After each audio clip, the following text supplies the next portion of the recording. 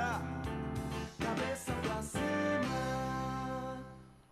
Olá, está no ar com você mais um programa Cabeça para Cima, que você já sabe que pode assistir pela Rede Boas Novas de televisão e também pela internet no site www.boasnovas.tv. No conforto da internet, você pode usar o seu computador pessoal, seu tablet, o seu smartphone e a Boas Novas acompanha você em qualquer lugar que você esteja, no Brasil ou fora do Brasil. Uma bênção, uma das conquistas que realizamos, mas temos muitas outras conquistas para realizar ainda, né? Muitas pessoas nos perguntam, e aí, quando é que vocês vão chegar com o canal digital?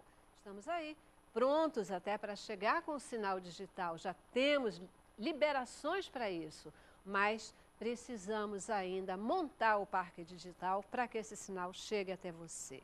Desafios que eles só são possíveis porque nós não conseguimos fazer nada sozinhos, mas temos os nossos queridos semeadores de boas novas que estão prontos a nos ajudar.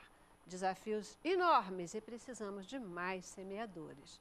Pessoas que já têm sido abençoadas com a nossa programação já se tornaram semeadores e nós fazemos questão de registrar o nosso agradecimento, a nossa gratidão.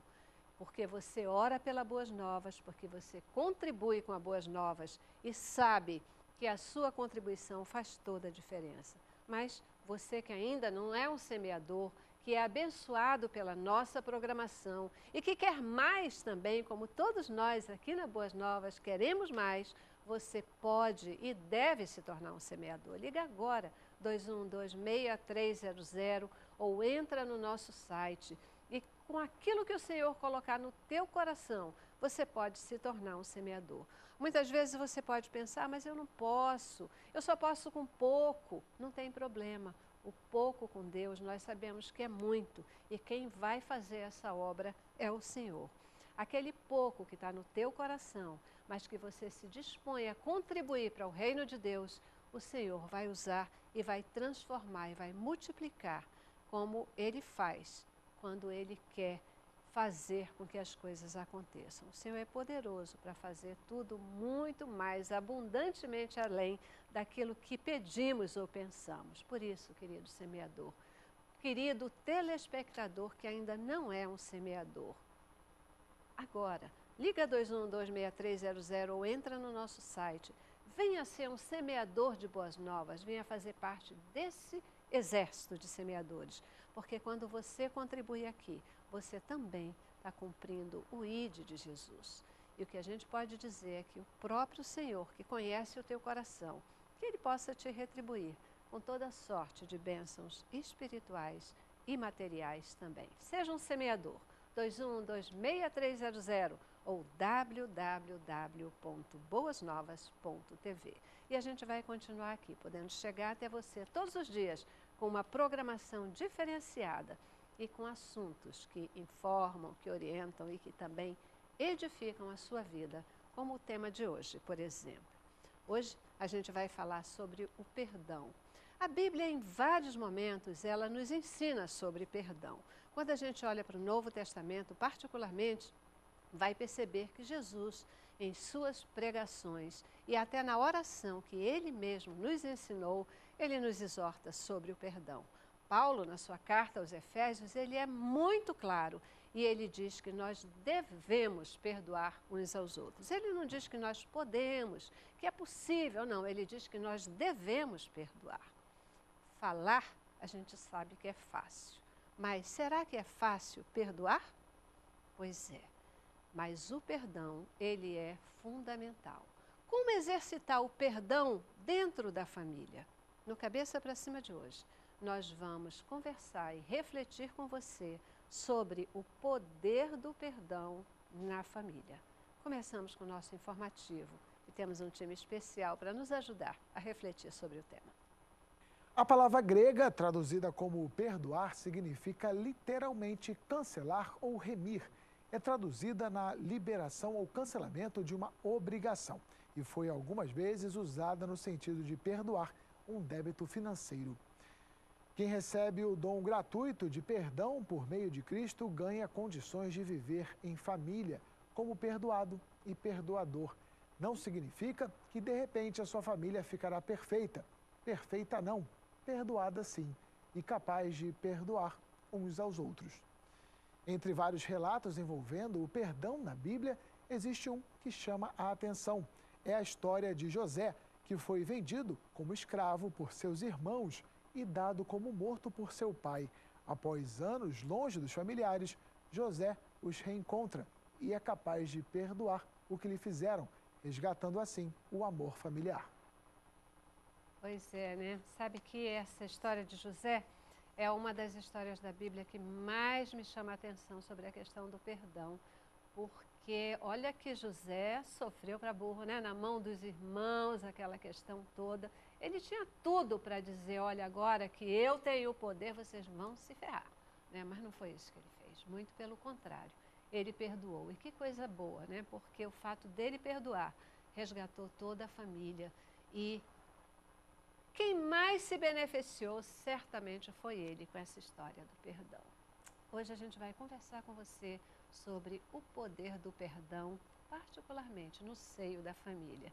E tenho aqui pessoas muito especiais para conversar conosco. Recebo a Elizabeth Inácio, querida, que está aqui conosco, pastora da Assembleia de Deus Filadélfia, na Freguesia, aqui no Rio de Janeiro. Obrigadíssima por estar aqui. Obrigada, Celeste. Prazer. Está sempre aqui. E esse assunto, então, hoje pode desencavar muita coisa e melhorar muito a família. Se Deus quiser, vai ser né? assim. Isso aí. E aí também conosco, completando o nosso time, Roberto Inácio, também pastor querido, esposo da Elizabeth, né? E ele que é pastor da Assembleia de Deus Filadélfia também, sempre disposto, né, pastor? A gente chama, convida, você está aqui para conversar com a gente. É Obrigada. sempre um prazer, uma alegria, né? Poder vir e participar desse momento esclarecedor que vai ajudar tantas pessoas que nos ouvem hoje, que nos assistem e que estão necessitados, né, de saber sobre esse perdão tão importante, Pois tão é. precioso, que vai contribuir para nós mesmos, como você disse acerca de José. O beneficiado foi ele. Verdade. Tirou de si um peso enorme, não é? Para viver feliz e abençoado e sendo abençoador. Exatamente, exatamente. Falar sobre perdão é sempre gratificante. E é isso mesmo, a gente diz assim, tem que perdoar, né? A Bíblia ensina a perdoar, mas é fácil perdoar? Não, não é fácil, não. E como você começou com José, José ficou pelo menos uns 13 para 14 anos com toda aquela dor, passando pelo processo desde que os irmãos o venderam, né, até ele ser liberado ali da cadeia, é muito tempo para sentir dor. Mas ao mesmo tempo que foi muito tempo para doer, também foi muito tempo para orar. Muito tempo para tentar chegar a um acordo ali. E José, como você falou, foi ele que ganhou. E no perdão, quem ganha é sempre quem perdoa. Ganha muito mais. Mas não é fácil. Não adianta a gente falar e querer impor, apesar de o perdão ser uma atitude, assim como a gente estava comentando, assim como o amor é uma atitude, é uma obrigação nossa, mas não é fácil. Perdão não é fácil, porque não é fácil a gente perdoar, não é fácil chegar a essa atitude, porque quando você perdoa, você perde. Não é? Perdoar é perder. Eu perco minha razão, não é? Eu perco talvez alguma situação, alguma condição. Não, eu prefiro perder, não é? Tudo bem, eu vou perder, mas a Bíblia diz que quando a gente perde, a gente ganha. E é aí que muitas pessoas não entendem, né? O perdão nos leva a isso. Você perde naquela hora. Talvez você esteja certo, certa. Mas quando você perdoa, você perdeu, tá bem. Você tem razão, eu te perdoo. Mas quem acaba ganhando é o perdoador. O benefício que ele traz, a bênção que traz, não é? Isso é muito importante. Agora, por que não é fácil?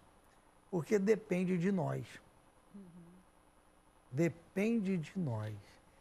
Muita gente, a gente sempre pensa, né, pastor, eu estou interrompendo esse meio de propósito, porque muitas vezes a gente pensa essa questão, assim, o perdão é um sentimento, né, um negócio que está aqui, guardado dentro de mim, e aí, de repente, eu libero o perdão. Então, Mas como você falou, o perdão é uma atitude, o perdão é uma coisa racional. Tem um momento de decisão, É né? verdade. A gente tem que dizer, não, eu quero perdoar, eu vou perdoar. E começa a ter isso aí, né? Mas eu tenho razão, como é que eu vou perdoar? Por incrível que pareça, eu acho o perdão na família muito mais fácil do que para outras pessoas. Porque a gente se ama, né? Agora, eu, Beth, a minha experiência com perdão, eu uno o perdão à aceitação. Quando eu aceito a outra pessoa, eu já começo a compreender aquela pessoa. Eu tive um problema sério com perdão com a minha mãe. Né? E eu estava lembrando agora, minha mãe colocou a gente no colégio interno, eu tinha 6 anos de idade. Fiquei até 12 anos no colégio interno. Você quer imaginar um inferno? É um colégio interno. Então, aquilo me tornou uma pessoa diferente com a minha mãe. Eu abraçava e beijava todo mundo, porque eu sou muito carismática. E a minha mãe eu não beijava. Eu não tinha aquela ligação com a minha mãe. E já moça, já na igreja, que nós fomos criados na mesma igreja, eu comecei a ver que a minha mãe ficava tão triste porque eu não a beijava. E eu comecei a me questionar. E o Espírito Santo me falou que eu não perdoava a minha mãe, por causa do colégio interno, por causa do que eu vivi. E a forma de perdoar a minha mãe foi me colocar no lugar dela. Foi entender que ela não fez de propósito, ela não quis me magoar, ela nunca tinha ido no colégio interno. Ela era pobre de marré, marré, marré. Como é que cria 2 filhas? Você arruma um colégio interno que dá 4 refeições e dá estudo, para você está muito bom. Então, quando eu me coloquei no lugar dela e aceitei que ela queria me dar o melhor, e até ela morrer a gente se abraçou muito, se beijou muito, porque o perdão fluiu do entendimento. Então, não tem perdão sem aceitação na família. De repente, o filho vai continuar sendo aquele menino bagunceiro. O marido vai continuar sendo irresponsável, inconstante. Mas quando eu aceito que não está fazendo por mal e não quer matar ninguém, é mais fácil de eu chegar no perdão. É muito mais fácil. Essa questão, inclusive, da aceitação, a gente não está falando só da aceitação daquele comportamento. Não, resignação. Né? Exato, é diferente. É uma compreensão de que aquela pessoa não está querendo magoar, está nos levando a nos chocar de alguma maneira. Temperamento, tanta coisa que faz com que a gente se magoe. Né? A partir da aceitação nesse sentido, né, da compreensão, talvez seja até mais fácil a gente trabalhar aquela motivação, aquela situação, aquele tipo de atitude, né?